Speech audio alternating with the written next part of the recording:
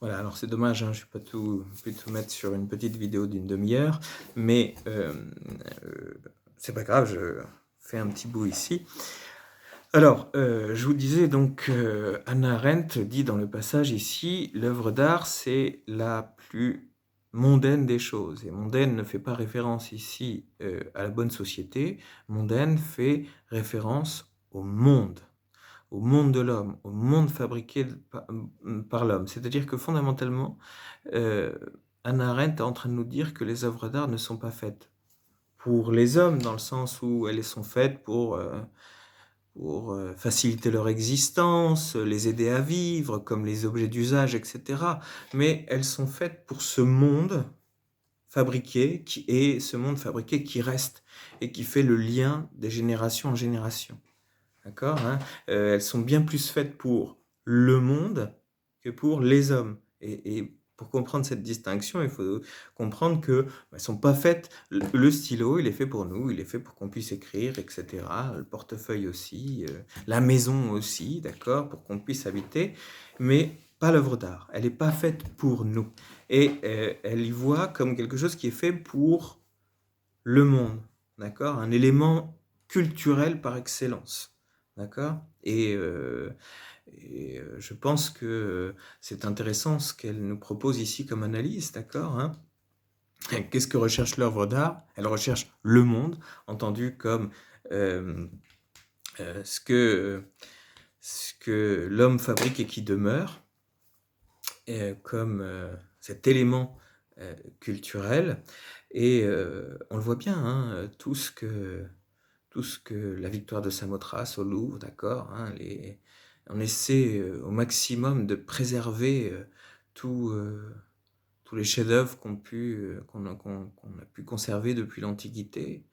Euh, les tableaux de la Renaissance sont exposés et ils sont exposés aujourd'hui et on peut imaginer qu'ils continueront à l'être, d'accord, hein, ils sont faits pour ce monde et pour ce lien, pour les générations, des générations en génération, sont, finalement, heu, l'expression la plus importante de,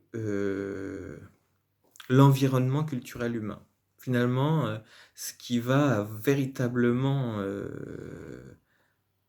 exprimer, la culture de l'homme, eh bien, c'est ses œuvres qui, sont amenées à durer, de manière indéfinie, hein. Il y a ici, elle pense, une espèce intemporalité de l'œuvre d'art et donc avec Hannah Arendt, hein, la conclusion à laquelle on peut aboutir, c'est que ces œuvres sont faites pour le monde et pas pour les hommes. D'accord? C'est ça qui est important, à retenir ici, hein. Heu et pour elles, on ne peut pas leur donner d'autres finalités. Heu, Leur donner une fonction aux œuvres d'art comme, l'éducation ou, le perfectionnement personnel de de ma culture et cetera, de ma culture entendu, toutes les choses que je peux connaître. Eh bien, c'est, les détourner un petit peu de leur objectif, c'est leur donner une utilité et c'est, excusez-moi, je cherche mes mots et j'essaie de pas me relire. C'est leur donner un usage auquel normalement elles doivent échapper et pour bien le faire comprendre, j'ai, pris pour terminer ce point-là, un passage d'une autre œuvre de d'Hannah Arendt, extraite de La crise de la culture, où elle affirme, ce propos que je vais vous lire. On fait des grandes œuvres d'art un usage tout aussi déplacé quand elles servent les fins de l'éducation ou de la perfection personnelle, que lorsqu'elles servent quelque autre fin que ce soit. Ce peut être aussi utile, aussi légitime de regarder un tableau en vue de parfaire sa connaissance d'une période donnée qu'il est utile et légitime d'utiliser une peinture pour boucher un trou dans un mur. Dans les deux cas, on utilise l'objet d'art à des fins secondes. Alors, je reprends quand même pour éclairer cette citation. Elle parle ici de l'usage déplacé des œuvres d'art. D'accord ? Un usage qui est un usage nécessairement déplacé parce que l'œuvre d'art ne sert à rien.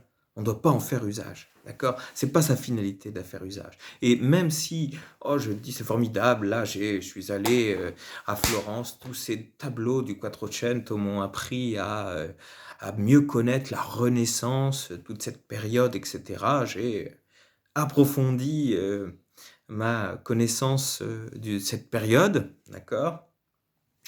Eh bien, et donc, grosso modo, j'ai fait un usage éducatif de l'œuvre d'art. Eh bien, Hannah Arendt dit que c'est un usage déplacé, d'accord ? Quand je fais un usage même éducatif de l'œuvre d'art, eh bien, c'est exactement la même chose que si je me servais d'un tableau, si j'avais un trou à ma fenêtre, d'accord ? Si ma fenêtre a un carreau cassé à ma fenêtre et que j'utilisais les champs de blé de Van Gogh pour boucher le trou. D'accord ? Je fais un usage déplacé de l'œuvre d'art. D'accord ? L'œuvre d'art n'a pas d'usage. Elle n'est pas faite pour nous, pour qu'on les utilise. D'accord ? Elles sont faites pour être là, pour être au monde, pour être contemplées, pour être regardées. D'accord ? Admirées parfois, ou même si certaines aujourd'hui peuvent être déconcertantes, mais elles sont là pour le monde, nous dit-elle. Et donc, d'où les musées, enfin si vous voulez, les musées prouvent, vont dans le sens de ce que dit Hannah Arendt. Les musées, c'est bien écarter l'œuvre d'art des processus de consommation et d'utilisation, et c'est protéger ce qu'on pourrait appeler un patrimoine culturel. Et on retrouve derrière l'idée de patrimoine culturel, je pense qu'on peut retrouver un petit peu cette idée du monde dont parle Arendt. Voilà, donc ça c'était, si vous voulez, pour le grand 3, pour essayer de penser les finalités suffisamment larges, des finalités suffisamment larges à l'œuvre d'art pour pouvoir englober toutes les œuvres d'art, quelle qu'en soit l'histoire. Vous voyez, c'est un peu ça l'idée. Voilà. Alors, si je devais faire une petite conclusion, j'en ai fait une d'ailleurs, dans le cours à la fin du grand 3, vous pourriez la retrouver. Eh bien, la conclusion, c'est que c'est vrai qu'à partir du moment où on ne peut plus faire de la beauté l'unique finalité de l'œuvre d'art, même si elle a eu cette beauté une importance particulière dans son œuvre d'art, et que même encore aujourd'hui, certains artistes peuvent être en quête d'une certaine beauté. D'accord ? À partir du moment où on ne peut plus faire de cette beauté la finalité unique des œuvres d'art, ça devient beaucoup plus problématique d'essayer d'englober l'ensemble des créations artistiques dans une finalité commune. Alors, cela nous invite sûrement à donner de l'importance à chaque œuvre, à chaque artiste, à considérer la spécificité de ses créations, d'accord ? Mais au-delà de ça, dans le grand 3, j'ai essayé de vous montrer comment, finalement, il y avait malgré toutes les différences qu'on pouvait constater au sein des œuvres d'art, parce que l'art a une histoire et que ne serait-ce que l'idée de représentation artistique a beaucoup évolué, beaucoup changé.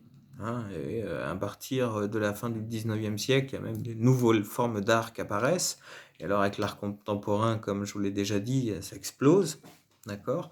Mais au-delà de ça, je pense que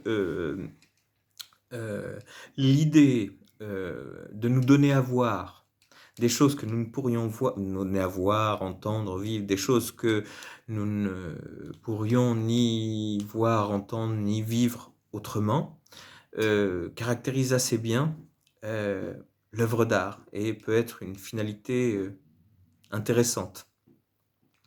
Intéressante pour nous, en tout cas. Comme moyen un peu, je vous avais dit, de s'extérioriser un peu de nous-mêmes, de voir les choses sous un autre angle, de voir d'autres choses, des choses que nos sens ou la vie habituelle et quotidienne ne nous donnent pas l'opportunité de voir.